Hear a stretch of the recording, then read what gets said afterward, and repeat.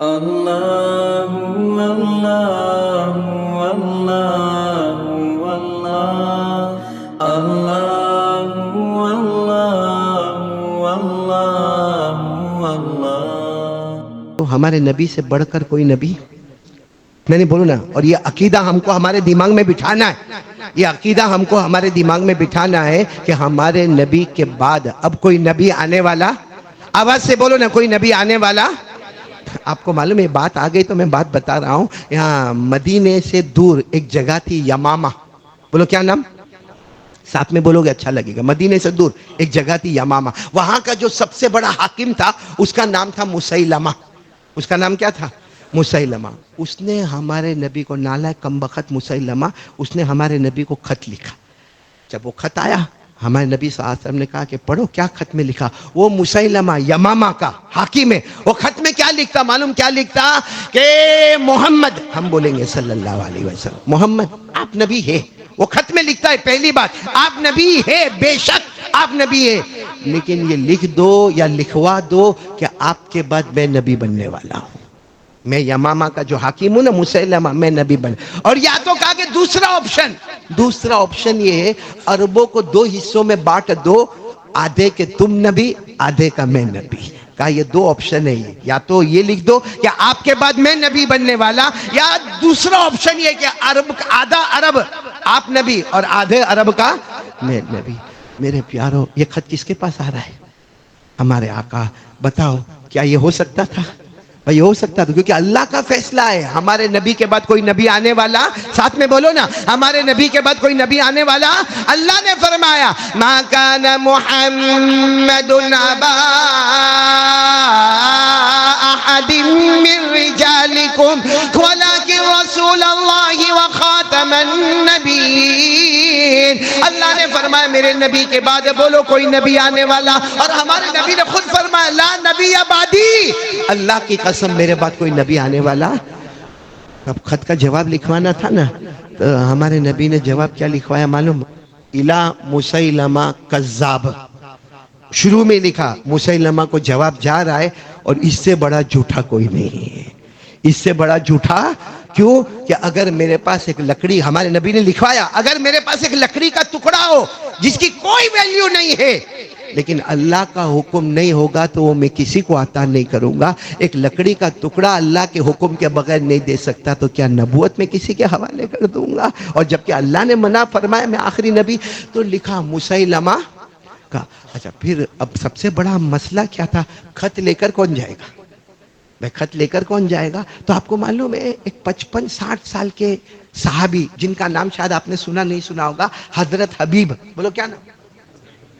حبیب نام سنا آپ نے؟ حضرت حبیب رضی اللہ، 55-60 سال کے، اور اتنے غریب کہ کتابوں میں لکھا ان کے 12 بچے۔ ان کے بچے کتنے؟ 12۔ اور وہ کیا کرتے تھے معلوم؟ وہ ٹوکری لیتے تھے اور مدینے کی گلیوں میں جاتے تھے، بھائی کھجور لے لو، بھائی کھجور لے لو، بھائی کھجور لے لو، گلی گلی میں کھجور بیچتے تھے۔ تو ان کی ٹوکری بھی رکھی ہوئی ہے وہاں پر، اس میں 2-4 کھجور کے دانے بھی رکھے ہوئے، اور وہ وہاں پر بیٹھے ہوئے، 12 بچوں کے ابا ہے اور 55-60 سال کی عمر ہے۔ ہمارے نبی نے فرمایا خط لے کر کون جائے گا؟ کیونکہ جو لے کر جائے گا شاید اس کو جان بھی دینا پڑے۔ تو یہ کھڑے ہو گئے، کون؟ اور اتفاق ایسا کہ جب کھڑے ہوئے نا تو ان کے منہ میں کھجور تھی، اور یہ اتنا جلدی بولے کہ میں جانے والا ہوں، تو کھجور باہر نکل آئی۔ منہ میں جو کھجور تھی نا بولو وہ باہر نکل آئی۔ تو کسی نے کہا رے پہلے کھجور تو آرام سے کھا لو۔ کہا آرام سے کھاؤں گا، کوئی اور بولے گا تو یہ نصیبہ میرے کو نہیں ملے گا، کوئی اور بول دے گا اور وہ اس کی بات قبول ہو جائے گی تو یہ نیکی میرے ہاتھوں سے چلی جائے گی، حالانکہ معلوم ہے کہ وہاں جان دینے کا معاملہ ہے۔ تو اللہ کے رسول صلی اللہ علیہ وسلم نے ان کو کپڑے کا انتظام کیا، گھوڑے کا انتظام کیا، کیونکہ غریب تھے۔ کہا جاؤ تم چلے جاؤ، یہ خط لے کر جاؤ۔ یہ گئے، بولو کون؟ حضرت حبیب رضی اللہ تعالیٰ عنہ گئے اور سیدھے یمامہ پہنچے۔ جب یمامہ پہنچے تو ہاتھ میں نیزہ تھا، نیزے کو ایسے زمین پر ٹھوکا اور کہا آ گیا ہوں تمہارا جواب لے کر۔ تو مسیلمہ نے کہا نام تمہارا؟ کہہ سکتے تھے میرا نام حبیب ہے، کیا نام دیا معلوم؟ کہا ہمارا نام نہیں ہوتا، ہم مصطفیٰ کے غلام ہوا کرتے ہیں۔ کہا ہم جتنے ہیں ہم میں سے کسی کا نام سے کوئی نہیں پہچانتا، ہم سب مصطفیٰ کے غلام ہیں۔ تو وہ مسیلمہ حاکم تھا، کرسی پر بیٹھا تھا۔ کہا آئے کیوں؟ کہا تمہارے خط کا جواب لے کر آیا ہوں۔ تو خط دیا گیا، تو شروع میں کیا لکھا تھا؟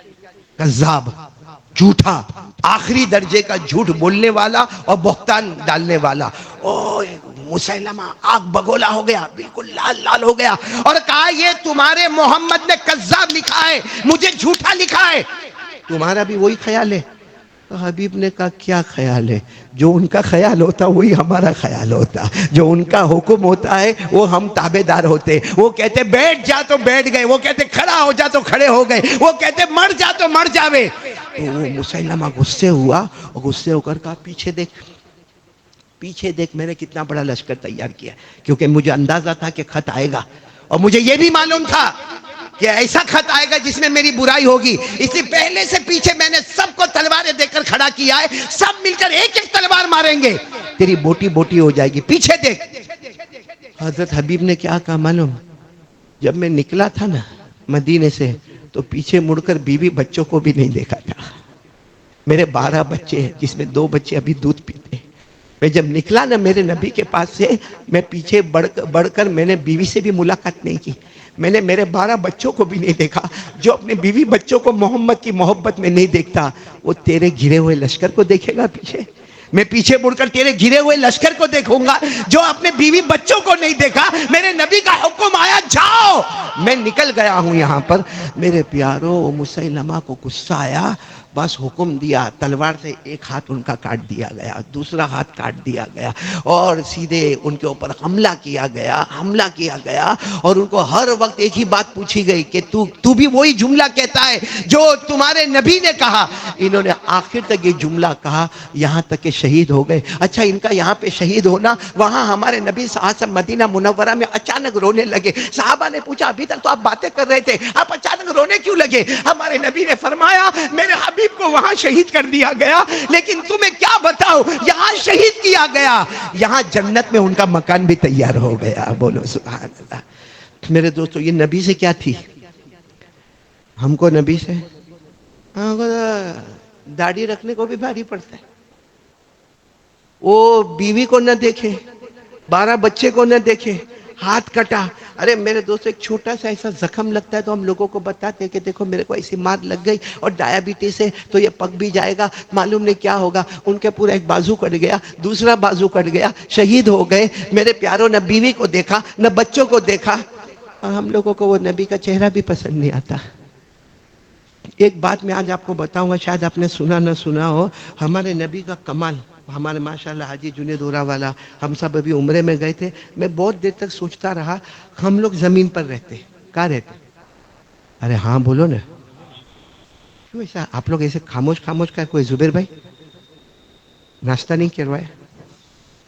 یہ سب ایسا لگتا ہے جیسے سب کا نکاح پڑھانے آیا ہوں میں.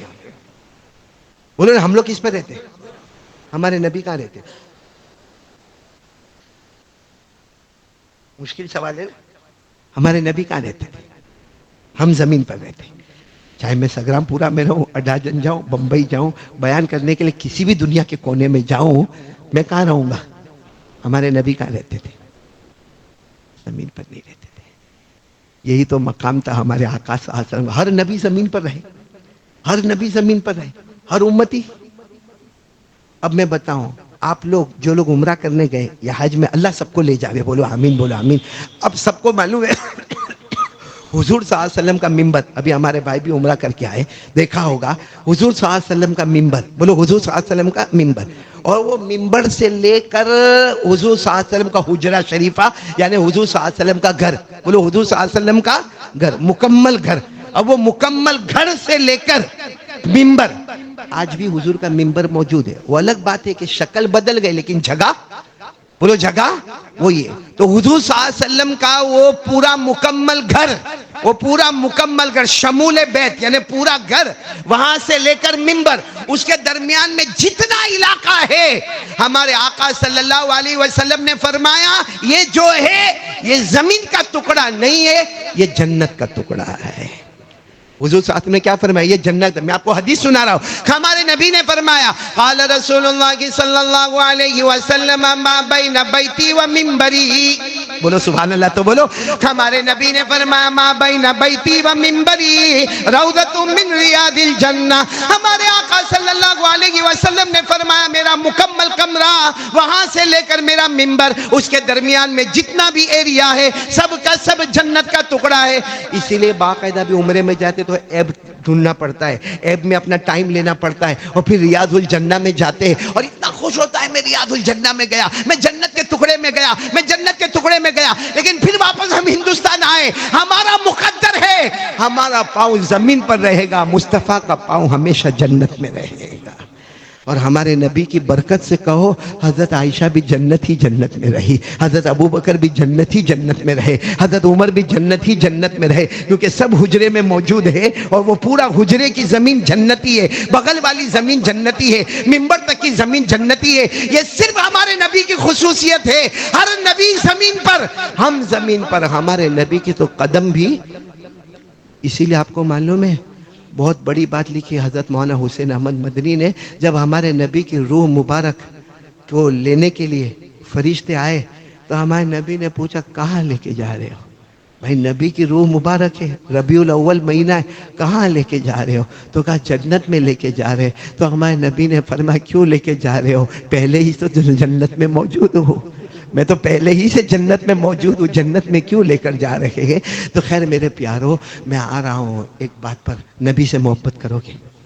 دیکھو ایک بات پتے کی سن لو, ایک دم پتے کی بات, اگر نبی سے محبت ہے تو ایمان پورا, نہیں محبت ہے تو ایمان ادھورا. کون کون آج اپنا ایمان پورا کرنا چاہتا ہے؟ وقت بہت کم ہے, صرف 5 منٹ باقی ہے. بولو نا کرنا چاہتے, پورا کرنا چاہتے. کیا کرو معلوم ہے, ایک کام کرو, آٹومیٹک نبی کی محبت آئے گی.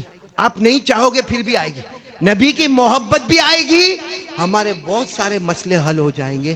کیا کام کرنا ہے معلوم ہے, لیکن ارادہ پکا کرنا, ڈھونگ مت کرنا, ایک دم پکا ارادہ کرنا. وہ ہے 5 وقت کی نماز پڑھنا. جماعت کے ساتھ پڑھو, صف اول میں پڑھو, تکبیر اولیٰ کے ساتھ پڑھو. اور اگر نہیں کبھی بہت ضروری کام ہے تو گھر پہ پڑھ لے, آفس پہ پڑھ لے بھائی, لیکن قضا مت ہونے دے. ساتھ میں بولو نا کتنے وقت کی نماز پڑھنا؟ 5. اور 5 نمازیں پڑھنا. اللہ نے فرمایا وَسَبِّحْ بِحَمْدِ رَبِّكَ قَبْلَ طُلُوعِ الشَّمْسِ وَقَبْلَ الْغُرُوبِ وَمِنَ اللَّيْلِ فَسَبِّحْهُ وَأَدْبَارَ السُّجُودِ. اللہ تبارک و تعالیٰ فرماتے فجر, بولو فجر, ظہر, عصر, مغرب, عشاء کے ساتھ وتر جوڑو. اطمینان سے آپ فجر کا ایک کیلکولیٹ کرو کہ فجر میں کتنا ٹائم سنت کے ساتھ, ظہر میں, عصر میں, مغرب میں, عشاء میں. آپ اطمینان سے سب نماز کا ٹائم کرو گے تو 1.5 گھنٹہ اللہ ہم سے مانگتا ہے. تو قرآن کے لیے کتنا ٹائم اور نماز کے لیے کتنا ٹائم؟ اور ہمارے نبی نے کیا فرمایا, 2 چیزیں چھوڑ کے جاتا ہوں, ایک قرآن, ایک نماز. بولو ایک قرآن, ایک نماز. یہ اب سنو, یہ 2 چیزیں ہوگی, دنیا بھی تیری, آخرت بھی تیری, جنت بھی تیری. اور آگے کیا فرمایا, اگر یہ 2 چیز نہیں تھامو گے, قرآن اور نماز, یہ سن لو سگرام پورا والو, قرآن اور نماز نہیں تھامو گے, ہمارے نبی نے فرمایا خزي فی الدنیا, دنیا میں بہت ذلیل ہوں گے, بہت لوگوں کی مار کھاؤ گے. وَيَوْمَ الْقِيَامَةِ يُرَدُّونَ إِلَىٰ أَشَدِّ الْعَذَابِ, اور قیامت میں جہنم کا فیصلہ ہو جائے گا. تو میرے پیارو یہ 2 گھنٹے کا ایک بہت بڑا بیپار سمجھو, کاروبار سمجھو, منافع سمجھو, پروفٹ سمجھو. ایسا کوئی مالک نہیں ہوگا جو کہے گا اے میرا نوکر 22 گھنٹے تیرے, 2 گھنٹے مجھے دینا. یہ اللہ رب العالمین ہے. تو کون کون تیار ہے آج جمعہ سے یہ ارادہ پکا؟ جن کو قرآن نہیں آتا وہ کیا کریں گے, اور جس کو آتا ہے وہ سکھائیں گے ماشاءاللہ.